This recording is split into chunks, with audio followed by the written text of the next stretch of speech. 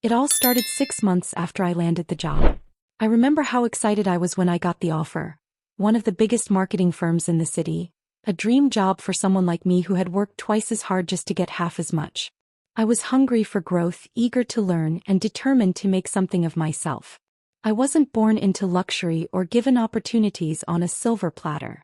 Everything I had, I fought for. So when I walked into that office on my first day, I told myself, this is it. This is where I plant my flag. First, everything was great.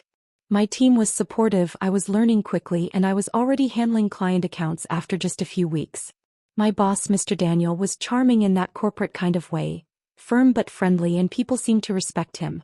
He was the kind of man who always had the right words in meetings and knew how to make people feel seen. Or at least that's what I thought. Looking back now, I can see the signs. I just didn't know what I was looking at. The compliments started small. You've got a sharp eye for design, he'd say. Or, you've got a natural elegance, you carry yourself well. I thought he was just being encouraging. But then came the late-night emails. The accidental brush against my shoulder in the break room. The way he always seemed to be watching me when he thought I wasn't looking. It didn't feel right, but I didn't want to overreact. I was still new. I needed this job. One Friday evening, just as I was packing up, I got a message from him. Could you stay back for a bit? I'd like to discuss a project I think you'd be perfect for. My heart skipped. I thought maybe this was my big break. Campaign lead. A promotion. When I walked into his office, he was alone. The blinds were drawn. He poured himself a glass of whiskey, yes, right there in the office, and offered me one. I declined. He smiled and said, "You're smart. I like that." Then he leaned back in his chair and said words I'll never forget. "I've been thinking, why don't we make this easier for both of us? Be my girlfriend. You don't need to work this hard. I could fast-track you. Make things smooth." I froze. For a second I thought he was joking. I laughed nervously, but his face was dead serious. He leaned forward, lowering his voice. "I know what you're thinking. You're worried about how it looks. But trust me, people do worse things for far less. And you've got potential. With me behind you, you'd go far." I stood up. My chest felt tight, my hands were shaking. I said, "I'm not interested in that. I worked hard to get here. I don't need shortcuts." His face shifted. The smile disappeared. His voice turned cold. "Think carefully before saying no. A lot of women would kill for the kind of access I'm offering you." I remember staring at him, stunned. I didn't say another word. I turned around and walked out. Over the weekend I tried to make sense of it. I replayed the conversation in my mind 100 times. I questioned myself. Did I misread something? Did I do anything to give the wrong impression? But no. I was professional. I kept boundaries. He was the one who crossed the line. On Monday morning I arrived at work like usual. But the moment I tried to log into my system, I couldn't. My access had been revoked. Confused, I went to HR. They said I was being let go, effective immediately, due to performance issues. I laughed. Out loud. Performance issues? I had just led a campaign that landed a major client. I had perfect attendance. Glowing feedback from my team. I demanded to see my file. It was blank. No complaints. No documentation. I knew instantly, this wasn't about performance. This was punishment. I walked out of that building with tears burning in my eyes. My coworkers stared but said nothing. No one asked if I was okay. No one followed me out. That's the thing about power. It makes people afraid. Afraid to speak. Afraid to stand. Afraid to risk their own positions. That night, I sat alone in my tiny apartment looking at the ceiling. Angry. Humiliated. Powerless. But slowly, a thought began to rise in my mind. One I hadn't dared to entertain before. That night in his office, I had recorded the conversation. Not for any grand plan. Just for safety. It was something my best friend had advised me to start doing after her own weird experience with a client. "Always protect yourself," she had said. "People are not always who they pretend to be." I grabbed my phone, opened the voice recorder, and played it. His voice came through clearly. Every word, every disgusting offer, every threat. I played it again. Then again. My tears dried. My breathing calmed. That recording, it changed everything. He thought I was weak. He thought I would leave quietly, maybe cry for a week and then disappear. But I had something he didn't expect. Evidence. And I was going to use it. Not just for me, but for every woman who had ever been in that position. Who had ever been silenced, dismissed, or destroyed for daring to say no. I wasn't going down. I was just getting started. I sat with that recording for 2 full days. Just listening. Not because I enjoyed it, God no. But because every time I played it I reminded myself that I wasn't crazy. That I didn't imagine what happened. That the look in his eyes, the tone of his voice, the shift from charm to threat. It was real. And I had proof. But knowing something happened and knowing what to do with it are 2 different things. I didn't have a plan. I didn't even know where to begin. All I knew was if I let this go, if I stayed quiet, he'd do it again. To someone else. Maybe someone younger, someone more afraid, someone who wouldn't record anything. I couldn't live with that. The first person I called was Julia. She used to work in the department right across from mine. Smart, focused, always with her headphones in and her eyes on her screen. We weren't close, but we'd had lunch once or twice. I remembered she left the company suddenly, no goodbye, no LinkedIn post, just gone. Something about that always felt off. I called her out of the blue and asked if she could meet. When we sat down at a cafe the next day, she looked surprised to see me. He kept glancing around like someone might be watching. I didn't waste time. I told her what happened. Everything. From the offer to the threat to being fired. I saw her face change. She looked away, then back at me. And then she said quietly, "He did it to me too." My heart dropped. She said he'd cornered her after a conference. Told her she was too pretty to waste time in a cubicle. Told her she could ride the wave with him or get swept under it. She rejected him, and 3 weeks later she was written up for insubordination, then transferred to a dead-end department. She quit before they could fire her. I asked her if she ever reported it. She just shook her head. I didn't have anything to prove it. No one would have believed me. That's when I showed her the recording.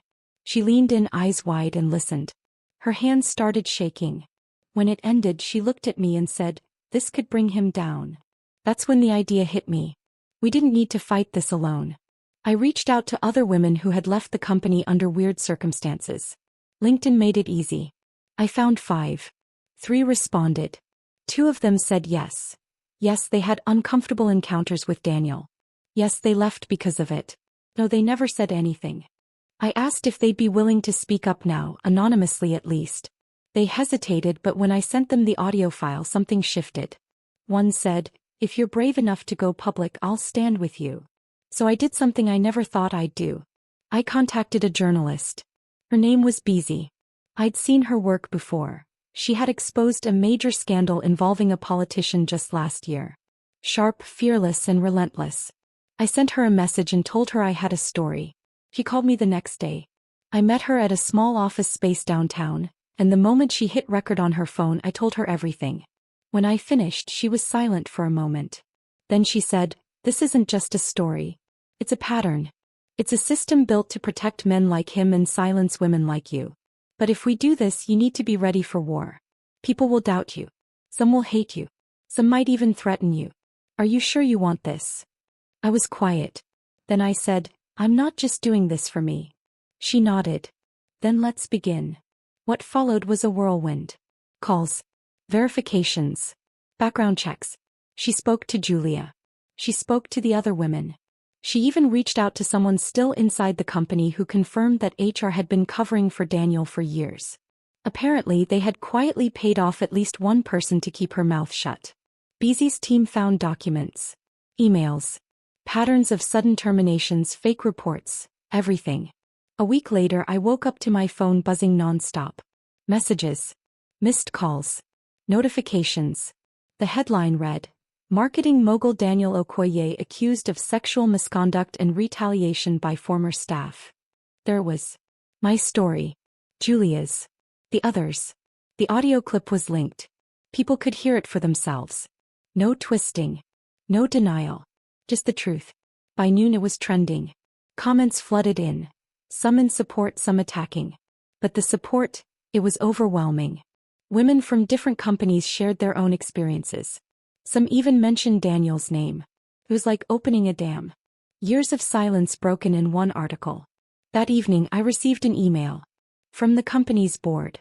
They wanted to meet. I didn't respond. Not yet. I wanted them to feel the heat first. For once they weren't in control. And Daniel? He went silent.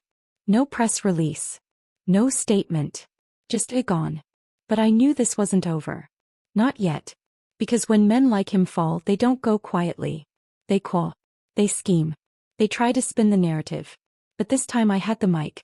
And I wasn't handing it back.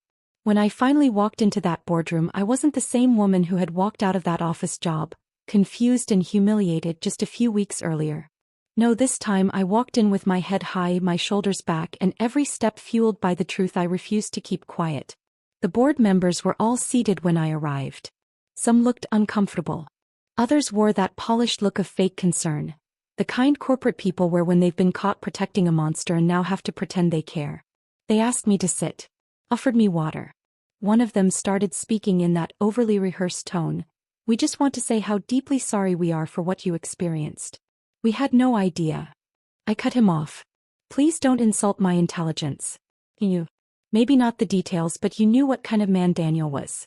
You just didn't think anyone would speak out.